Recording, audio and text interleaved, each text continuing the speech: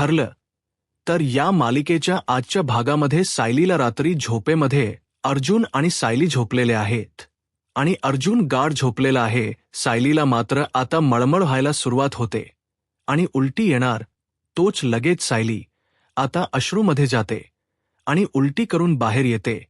तेव्हा आता सायलीला थोडंसं बरं वाटतं आणि ती कपाटामध्ये आता टॉवेल घ्यायला जाते आणि टॉवेल घेताना मात्र तिच्या हातातून ते आता पूर्णनी तिला जे काही खोटो दिलेले आहे तर ते खोटो खाली पडतात.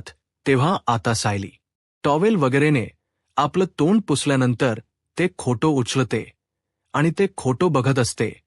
ते खोटो आता रविराज काका प्रतिमाते आणि तन्वी लहानपी यांचे असते, म्हणजे सायलीचेच. तेव्हा आता सायली एक एक फोटो पाहते आणि विचार करते, हे फोटो तर मी बघतेच आणि नक्की सारखे सारखे मला हे खोटो का बघावेसे वाटत असेल. या मुलीशी आणि या खोटोशी माझा नक्की काय धागा असेल. आणि तेवढ्यात अर्जुनला जाग येते. अर्जुन आता उठतो आणि तिच्या खांद्यावर मागून हात ठेवतो. सायली खूपच घाबरते की नक्की आहे तरी कोण. जेव्हा आता वळून बघते तर काय अर्जुन विचारतो की अगं बायको, तू तर झोपली होतीस, मग उठली कशाला आणि हे कसले खोटोस तू बघते. तेव्हा आता अर्जुन ते खोटो आपल्या हातात घेतो आणि ते खोटो बघून म्हणतो की तन्वीचे खोटो. आणि ते खोटो तुझ्याकडे कसे आलेत. सायली म्हणते की पूर्णाने दिले होते आणि ते खोटो मी इकडे आपल्या रूममध्ये घेऊन आले. अर्जुन विचारतो की का. पण सायली म्हणते की असेच बघायला. अर्जुन म्हणतो की हे बघ, तुला पूर्णाजी समोर तन्वी असल्याच नाटक करावं लागतं. हे ठीक आहे तरी सुद्धा अगो सायली, तुला तन्वीचे खोटो का बघायचे आहे. तू का सारखे सारखे ते खोटो पाहत असते आणि तिच्याबद्दल तू इतका विचार का करतेस बरं. सायली आता मनात अर्जुनकडे बघत म्हणत आहे की मलाच या प्रश्नाचे उत्तर नाही मिळत. नक्की मलाच काय हा उलगड आहे तोच कळेल असं झालेलं आहे आणि मग मी यांना तर काय उत्तर देऊ. अर्जुन म्हणतो की हे बघ बायको, मी तुला अगोदरपासून हेच सांगतो, आता या सगळ्या गोष्टीचा तुला खरंच खूप त्रास होणार आहे. आणि हे बघ बायको, तू प्रेग्नेंट नव्हती तेव्हा सुद्धा मला हे आवडलं नव्हतं की तू तन्वी व्हाव म्हणून आणि पूर्णाजी समोर सुद्धा तन्वी बनून जाते.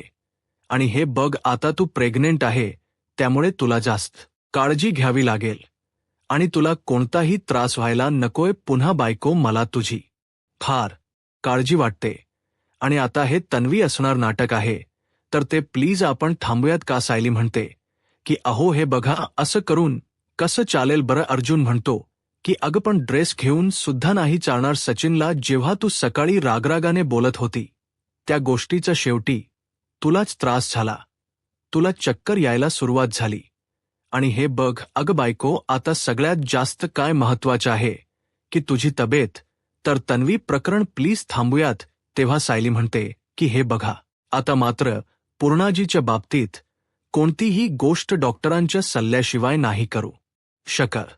अर्जुन म्हणतो की ठीक आहे, पूर्णाजी समोर तू तन्वी असल्याच नाटक कर, पण हे असले खोटो वगैरे तू आता स्वतः मात्र बघत बसू नकोस. आणि फोटोज बघून मात्र तुझ्या डोक्यामध्ये फक्त तेच विचार सुरू असतील.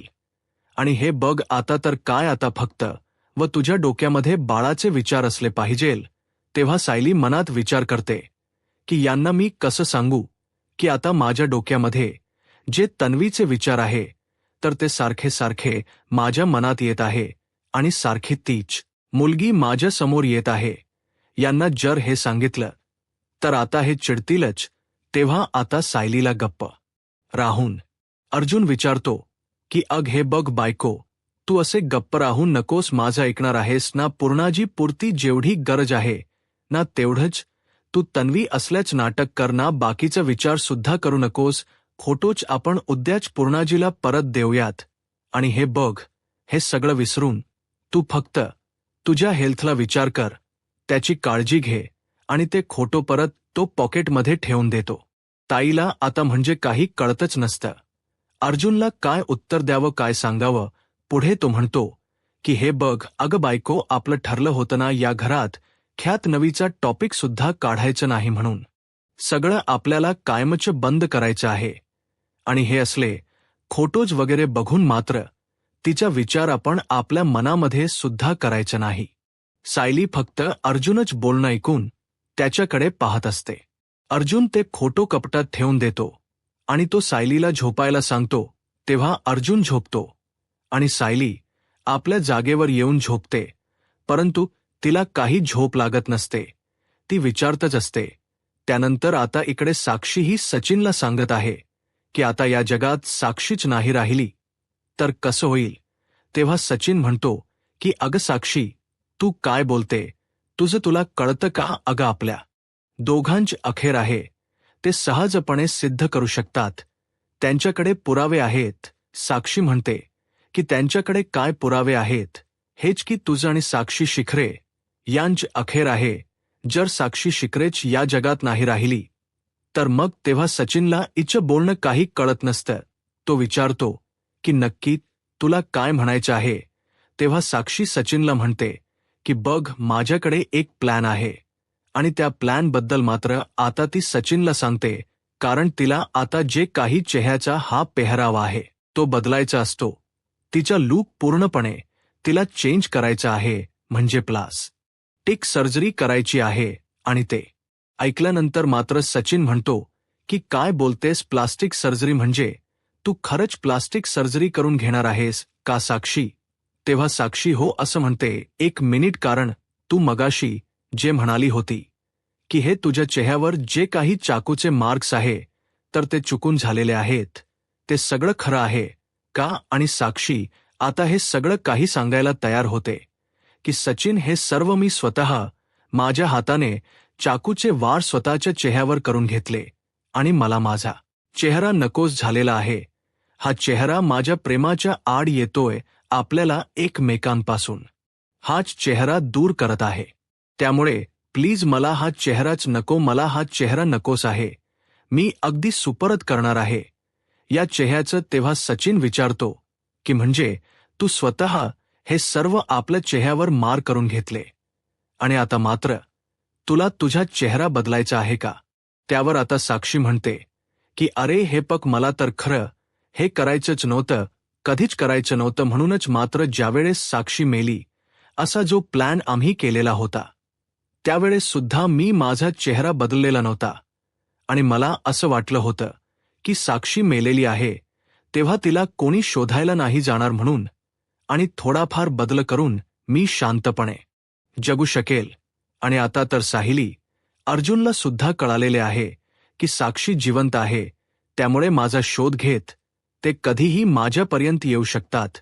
आणि हे पग सचिन, त्या अगोदर मला माझी ओळख बदलायची आहे. तेवर सचिन म्हणतो की हे तर खूपच मोठं पाऊल आहे. आणि हे बघ साक्षी, तुझी खात्री आहे का, तुला हे नक्की करायचं आहे का. साक्षी म्हणते की हो, माझी पूर्ण तयारी आहे, कारण दुसरा कोणताही पर्याय नाही. एकदा की मी माझा चेहरा बदलला तो अर्जुन सुभेदार माझं काहीच वाकड करू शकणार नाही. आता हे सर्व ऐकल्यानंतर सचिन म्हणतो की हे बघ, एवढ्या मोठ्या गोष्टीसाठी हे एवढं मोठं पाऊल उचलणं चांगलं नाही. काही उपयोग नाही होणार. अगोदर मात्र तुला त्याची प्रॉपर चौकशी करून घ्यायला हवी, त्या प्रोसिजरची सगळं काही. तुला तेव्हा साक्षी म्हणते की हो, मी सगळी चौकशी केलेली आहे. मी डॉक्टरांशी सुद्धा बोलून घेतलेलं आहे आणि आजच्या आज माझी सर्जरी करावी लागणार आहे. डॉक्टर पुण्यामध्ये असतात आणि आजच मी पुण्यामध्ये जायला निघणार आहे. तेव्हा आता सचिनला हे दर्शक शॉक बसल्यासारखंच होतो. तो म्हणतो की ओ माय गॉड, आणि हे सगळं इतकं अचानक घडत आहे आणि हे सगळं कसं मला प्रोसेस करावं तेच कळत नाही. साक्षी म्हणते की हे बघ सचिन, माझा पूर्ण विचार झालेला आहे की मी नवा चेहरा घेऊन या जगामध्ये वावरायला लागेल तर आपण सहजपणे लग्न करू शकतो आणि त्या अगोदर तुला डिओ सुद्धा मिळू शकतो. आणि मनात म्हणते की आता त्या अस्मिताला मी तुझ्यात आणि माझ्यात सचिन कधीही नाही येऊन देईन. माझंही तुझ्याशी लग्न होणार म्हणजे होणारच. तेव्हा आता सचिन तर मनामध्ये खूपच खुश होतो. साक्षीने जर खरंच तिचा चेहरा बदलला तर माझी केस मात्र आणखीन स्ट्रॉंग होऊ शकते. दोघेही आता दोघं लग्न करण्यास ठरवतातच. त्यानंतर आता इकडे सकाळ झालेली आहे. अर्जुन आणि आज चैतन्य मात्र आता हेअरिंगसाठी निघलेले आहेत कोर्टामध्ये. आज चैतन्य म्हणतो की अरे अर्जुन, हे फक्त जरा वेळेत जायला हो. आणि आता सायली ही सगळ्यांना साखर देत असते. प्रताप, कल्पना हे सगळे जण निघलेले आहेत. अस्मिता सुद्धा. तेव्हा प्रताप म्हणतो की हो, आपण लवकरात लवकरच जाण्याचा प्रयत्न करू. तर सायली अस्मिताला म्हणते की हे बघ अस्मिता, आज कोर्टामध्ये जे काही होईल ना, तर ते फार मनाला लावून घेऊ नकोस.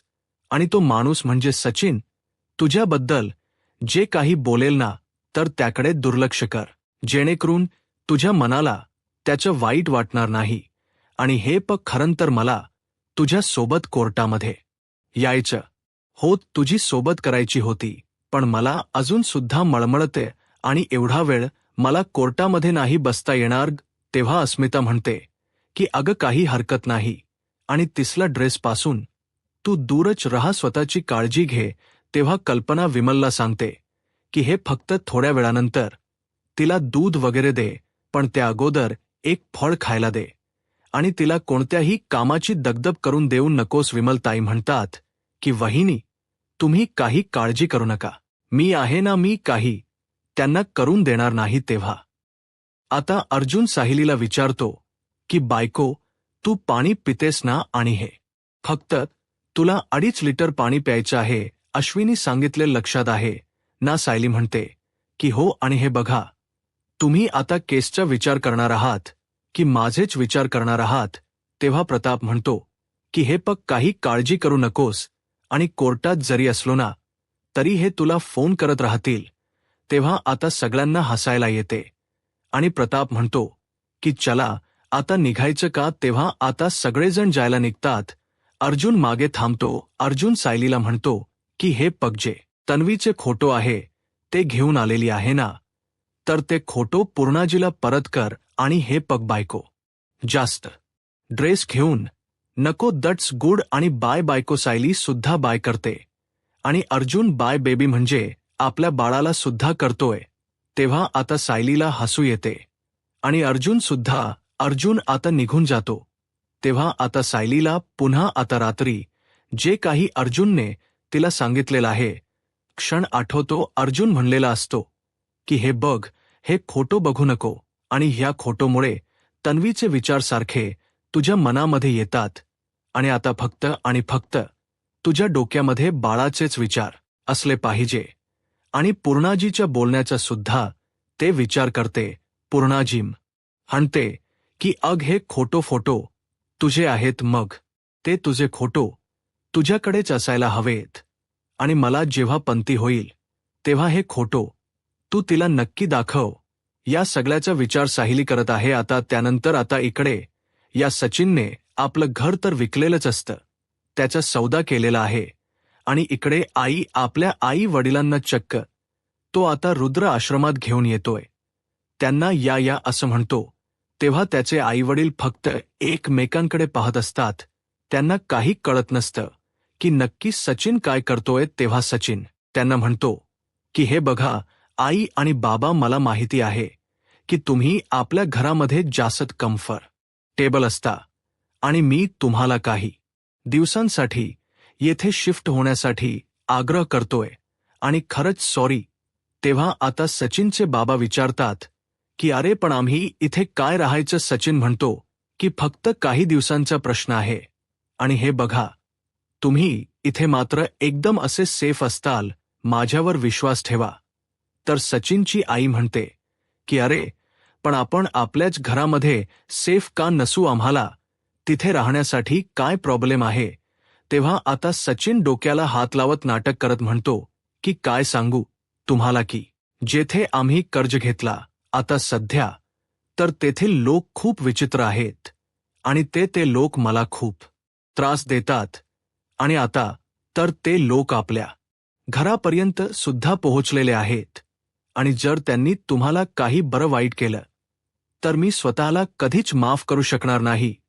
तेव्हा आता सचिनची आई म्हणते की अरे पण आतापर्यंत कोणी असं घरामध्ये नाही आलेलं ना, फोनवरून कोणी धमक्या दिलेल्या आहे, मग आत्ताच का हे सगळं होईल असं तुला वाटतं?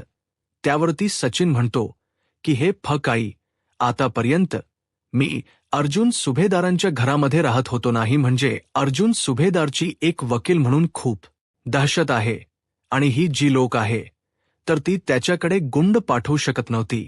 पण आता मात्र त्यास मितामुळे मला आपल्या घरामध्ये शिफ्ट व्हावं लागतं आणि आज सकाळी मात्र मला त्यांची धमकी आली होती. जर मी त्यांचे पैसे वेळेत नाही फेडले तर ते आपल्या घरावर हल्ला करतील आणि म्हणून मला तुमची काळजी वाटली. त्या काळजीपोटीच मी तुम्हाला ताबडतोब इकडे शिफ्ट केलं आणि हे बघा, इकडे तुम्हाला कोणतेही अगदी भीती नाही. इकडे काळजी घेणारी सगळी व्यवस्थित माणसं आहेत. फक्त काही दिवसांचाच प्रश्न आहे. आपण आपल्या घरी परत व्यवस्थित जाऊ शकतो.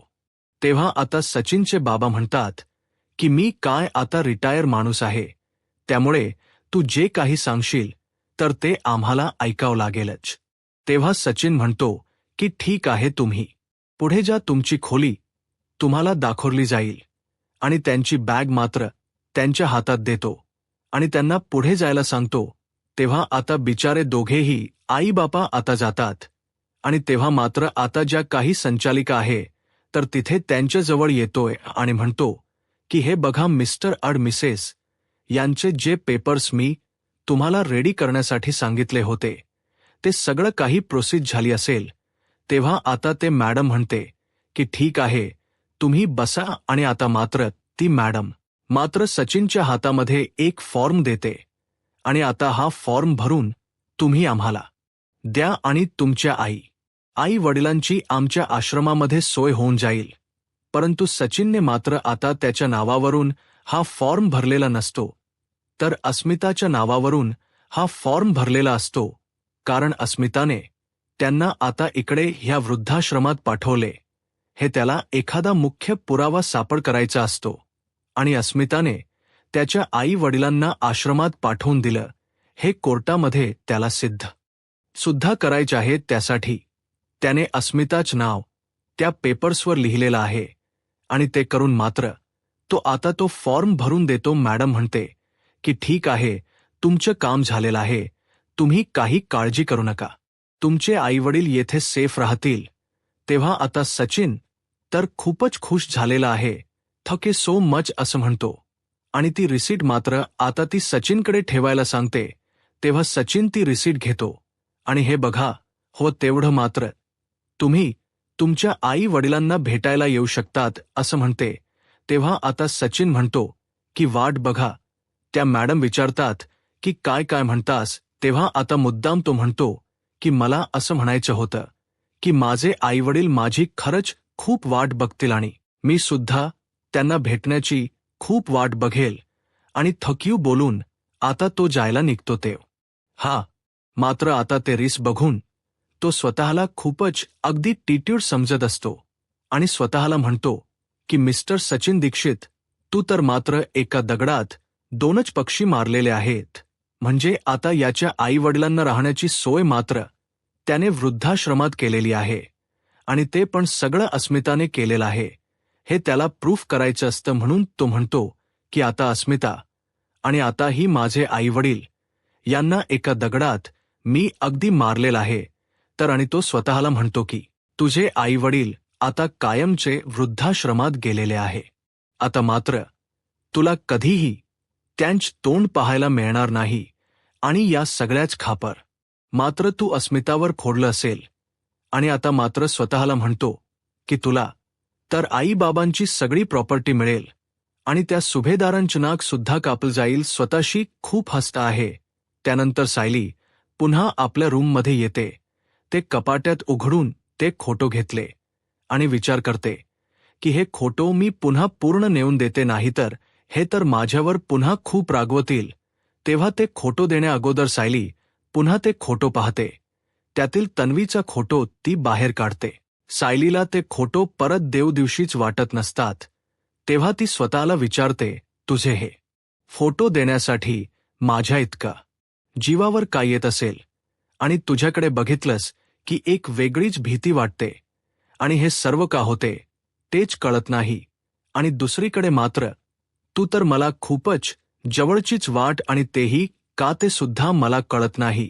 आणि परत सायली आता बेडवर बसते, त्या फोटोकडे पाहत असते आणि स्वतःला म्हणते की कदाचित मात्र मी तुझ्याबद्दल सतत विचार करत राहते आणि म्हणून हे सगळं माझ्यासोबत असं होत असेल आणि मला तुझे स्वतःमध्ये भास व्हायला सुरुवात झालेली आहे. पण ज्या मुलीला मी कधी भेटलीच आहे तिच्याबद्दल मला इतकी ओढ का जाणवत असेल. आपली सायली आता तन्वीबद्दल विचार करत आहे, कारण तीच स्वतः तन्वी आहे. हे अजूनपर्यंत तिला काही कळालेलं नसतं आणि ती आता या सगळ्या कोड्याचा विचार करत आहे. हे कोड कधी सुटेल, काय होईल एकदाच. तेव्हा आता सायली परत उठते तर तिच्या हातातून ते सगळे खोटो खाली पडतात आणि तेव्हा ते सगळे खोटो ती पुन्हा एकदा गोळा करत आहे.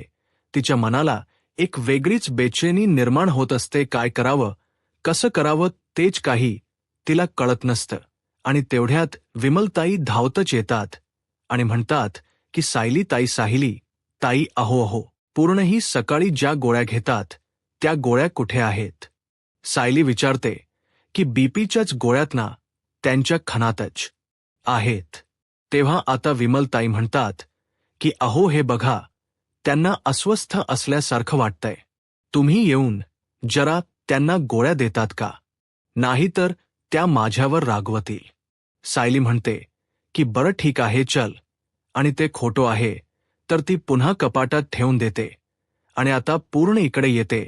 त्यामध्ये आता इकडे कोर्टामध्ये केस सुरू असते, सगळेजण एकत्र आलेले आहेत. तेव्हा मात्र आता मिलॉन म्हणतात की हे बघा मिस्टर सचिन देशमुख दीक्षित आणि अस्मिता दीक्षित यांच्या घटस्फोटाचा जो अर्ज आहे तर तो कोर्टाने वाचलेला आहे आणि मिस्टर आणि मिसेस दीक्षित यांना तर थोडंच पुढे बोलवतात. आता विटनेस बॉक्समध्ये आता येऊन दोघे एकमेकांच्या समोर उभे राहतात आणि दोघांना विचारतात की तुम्ही दोघेही या घटस्फोटासाठी तयार आहात का. तेव्हा अस्मिता म्हणते की हो, मी 100% तयार आहे, माझा निर्णय झालेला आहे, मला डेहोस हवा आहे. तेव्हा सचिन अस्मिताकडे बघत असतो तर आता मिलाडू विचारतात की काय याचं कारण काय आहे.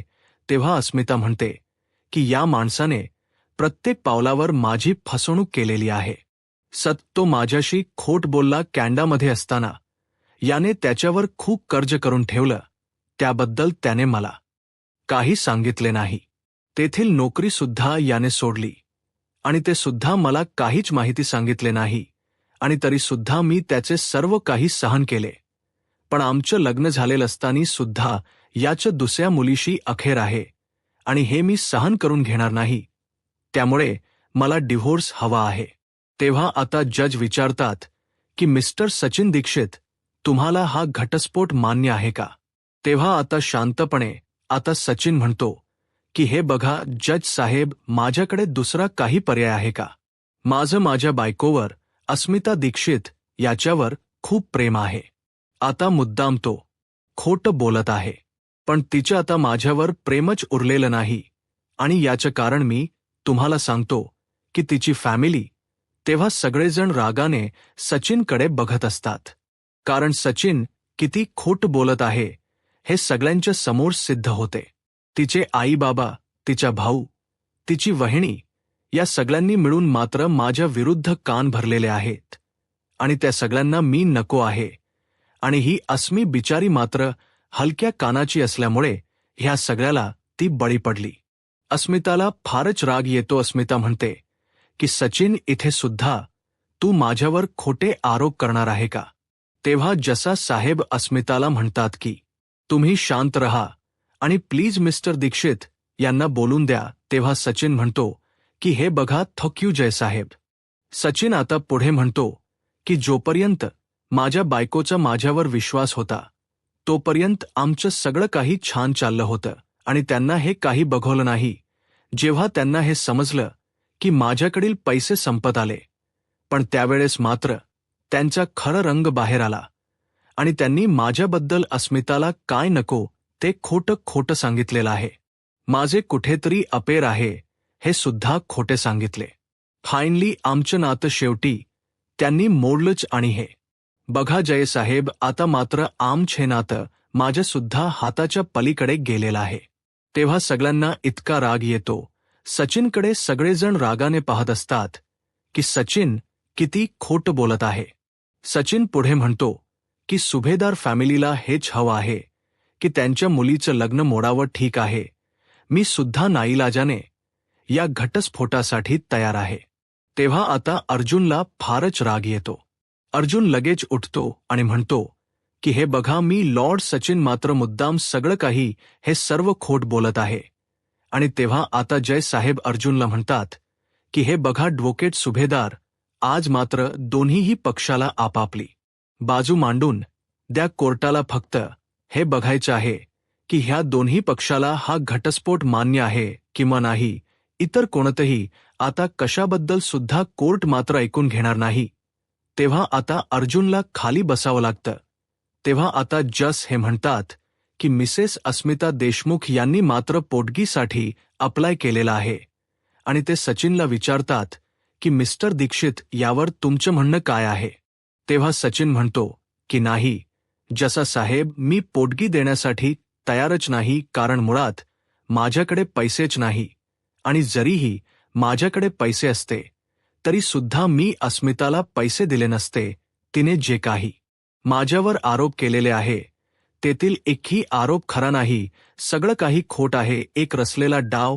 तेव्हा अस्मिता, अर्जुन रागाने मात्र या सचिनकडे पाहत असतात आणि चैतन्य सुद्धा. तेव्हा प्रताप, कल्पना एकमेकांकडे बघतात की किती खोट बोलतोय. सचिन पुढे म्हणतो की जसाहेब, उलट तर माझ्यावर अन्याय झालेला आहे आणि हे मी नक्की तुम्हाला सिद्ध करून दाखवेल.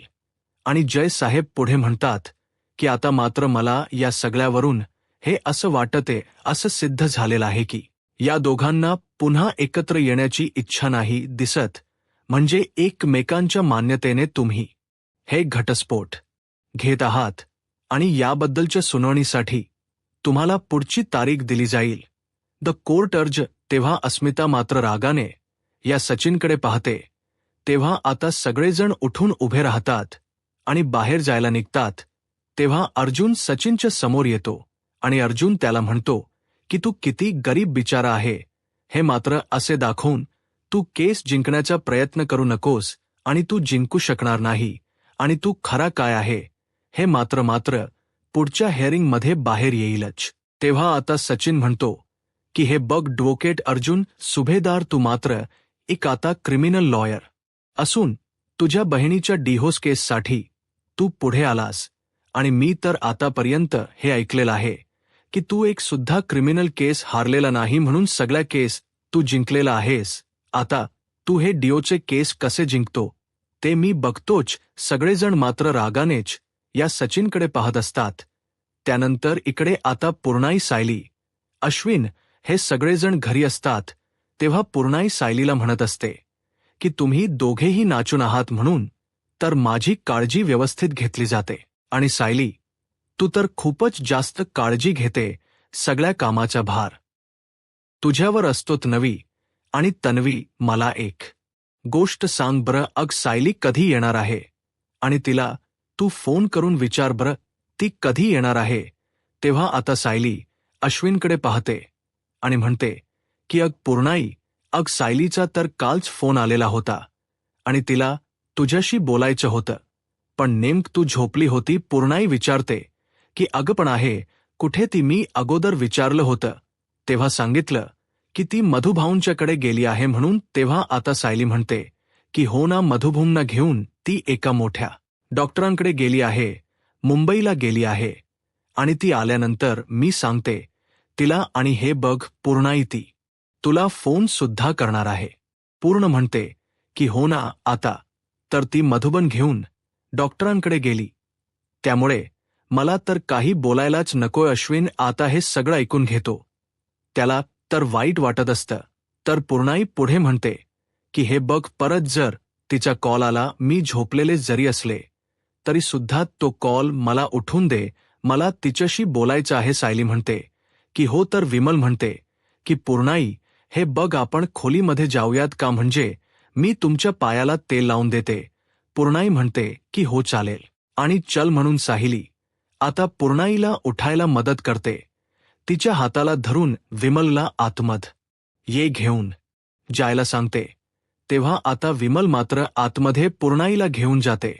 तर अश्विन सायलीला म्हणतो की वहिनी, तू वेळेत सगळं काही सांभाळून घेतलं, त्यामुळे हे सगळं बरं आहे. नाहीतर ह्या पूर्णाजीच्या प्रश्नांना कसे उत्तर द्यायची तेच मला नाही कळत. तेव्हा सायली म्हणते की हे बघा अश्विन भाऊजी, हे नाटक फक्त मी तन्वी असल्यास सोबत नाही होणार. आणि पूर्णाजीला हे सुद्धा आठवतं की तुमचं तन्वीशी लग्न झालं होतं आणि आपल्यासाठी मात्र हे सगळं खूप कठीण होऊन बसणार आहे. तेव्हा अश्विन म्हणतो की हो ना, हे फार दिवस असं नाही चालू राहू शकणार. मी पूर्ण आजीच्या डॉक्टरांशी बोलून घेतो आणि पुढे नक्की काय करायचं आहे हे त्यांना विचारायला हवं. तेव्हा सायली म्हणते की डॉक्टरांशी तर आपण बोलूयात, पण अश्विन भाऊजी, त्या अगोदर मला तुमच्याशी थोडंसं बोलायचं आहे. तर अश्विन म्हणतो की बोल ना. तर सायली म्हणते की हे बघा अश्विन भाऊजी, जे काही विचारतात ते मात्र साहजिकच आहे, परंतु जेव्हा पूर्णाजीने तुमच्या आणि तन्वीच्या बाळाचा विषय काढला तेव्हा तुम्ही इतके अस्वस्थ का झाला होतात. आणि आपल्याला तर माहिती आहे हे सर्व नाटक आहे, पण तरी सुद्धा तुम्ही इतके का चिडला बरं? पूर्ण आजीना किती आणि काय आठवत याचा अंदाज येणं हे कठीण आहे असे मात्र तुम्हीच म्हणाला होता. आणि हे बघा तन्वी तुमची बायको आहे हे त्यांना आठवते, परंतु तुमच्या बायकोच्या जागी मात्र ते माझा चेहरा बघतात. अजून सुद्धा त्यांना हे माहिती नाही, आपल्याला सुद्धा माहिती नाही की सायलीच्या जागी नक्की पूर्णाईला कोणता चेहरा दिसतो म्हणून. त्यामुळे तुम्ही इतकं चिडून कसं चालेल? आणि हे बघा, तुम्हाला बाळ व्हावं असं पूर्णाजींना तर वाटणारच, आणि हे बघा असं पूर्णाजींना तर वाटणारच, परंतु तुमच्या आयुष्यामध्ये चुकीची व्यक्ती जर आली नसती तर तुम्ही बाळाचा विचार तर केलाच असता. आणि हे बघा अश्विन भाऊजी, तसं काही घडण्या अगोदर प्रियाचं खरं रूप मात्र सगळ्यांच्या समोर आलं, हे मात्र चांगलं झालं. तेव्हा आता मोल झाले नाही, म्हणजे सगळं काही होण्यागोदरच सगळं चांगले झाले असे तिला म्हणायचं असतं. परंतु अश्विनच्या मनात तर आता नक्की प्रियाला तर मूल होणार आहे हे माहिती असतं, आणि तो रागानेच म्हणतो की मी कधीही त्या बाईचं मूल स्वीकारलं नसतं. तेव्हा सायली म्हणते की हे बघा, जी गोष्ट घडली नाही आणि जी कधी घडणार सुद्धा नाही, या बाबतीत तुम्ही इतके का चिडतात? अश्विनची खूपच चिडचिड होत असते.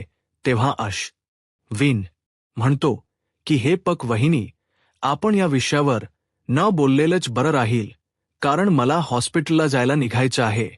आणि अश्विन लगेच तिथून निघून जातो. आणि तेवढ्यात मात्र आता सायली विचारतच असते. सगळेजण आता कोर्टातून घरी येतात. अस्मिता पुढे आलेली असते, तर ती सायलीकडे बघते आणि तशीच रूममध्ये जायला निघते. तेव्हा आता सायली ही अस्मिता म्हणून तिला आवाज देते, परंतु अस्मिता रूममध्ये निघून गेलेली आहे. तेव्हा अर्जुन, प्रताप, कल्पना हे आत येतात. सगळेजण मात्र आता टेन्शनमध्ये दिसत आहे. सायली विचारते की मला तर असं वाटलं होतं की तुम्हाला कोर्टामध्ये काही वेळ लागणार नाही, परंतु त्यापेक्षा जास्त वेळ लागला. नक्की असं कोर्टामध्ये आज काय झालं? सचिन अस्मिताला घटस्फोट द्यायला तयार झाला ना? तेव्हा अर्जुन म्हणतो की वाटेल ते तसं बोलला कोर्टामध्ये, आणि कोर्टामध्ये सचिन काय काय बोलला याबद्दल सगळं काही अर्जुन आता सायलीला सांगत आहे. तेव्हा सायली म्हणते की सचिन असा दृष्ट वागत आहे, एका अर्थी ते बरं आहे. त्याच्या अशा वागण्याने मात्र अस्मिताच्या मनात कुठलीही शंका नाही राहणार आणि पुन्हा अस्मिता ताई दुबळ्या पडणार नाही. तेव्हा कल्पना म्हणते की हो ना, मला अस्मिताची फारच काळजी वाटते, कारण कोर्टातून निघाल्यापासून ती आमच्याशी एकही शब्द नाही बोललेली. तेव्हा सायली म्हणते की आई, मी तिच्याशी बोलते आलेच असे बोलून ती आता सायली अस्मिताच्या रूममध्ये येते. प्रताप म्हणतो की अस्मिता सायलीकडे मोकळी झाली तर बरं होईल, नाहीतर ती सुद्धा मनातल्या मनात कुढतच राहील. कल्पना म्हणते की तर सायलीने या अवस्थेमध्ये स्वतःची काळजी घ्यायला हवी. प्रताप म्हणतो की हे बघ अर्जुन, तू सायलीची काळजी घे, तिला जप ती आपल्या सगळ्या कुटुंबाची काळजी घेते आणि तिची काळजी तुला घ्यावीच लागेल. तिच्या मनात कुठलीही इच्छा येण्या अगोदर ही तुला कळायला हवी. अर्जुन म्हणतो की ठीक आहे आणि मनात म्हणतो की हो ना, मला माझ्या बायकोच्या सगळ्या काही इच्छा म्हणजे तिला न बोलता कळाल्याच पाहिजेल. पण हे सगळं कसं मॅनेज करायचं असा तो विचार करतोय.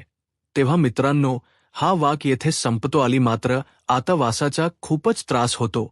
ती आता सगळ्यांच्या समोर आईंना विचारते की आई, मला इतका त्रास का होतोय आणि मला कोणताही वास सहन का होत नाही. त्यानंतर मात्र इकडे अस्मिता आणि चैतन्य एकमेकांशी गप्पा करत आहे आणि तो फोटो आता हा म्हणजे बाजूला जो काही हा सचिन आहे हॉटेलमध्ये एका कॉफी शॉपमध्ये, तर तेथून मात्र हा फोटो काढतो आणि मग स्वतःला म्हणतो की अर्जुन सुभेदार, तुला कोर्टामध्ये पुरावे लागतात ना, आणि हेच तुझ्या बहिणीच्या अखेरचे पुरावे. डॉक्टर मात्र ह्या पूर्णाईला तपासाला आलेले आहेत आणि सगळेजण तेथे उभे आहेत.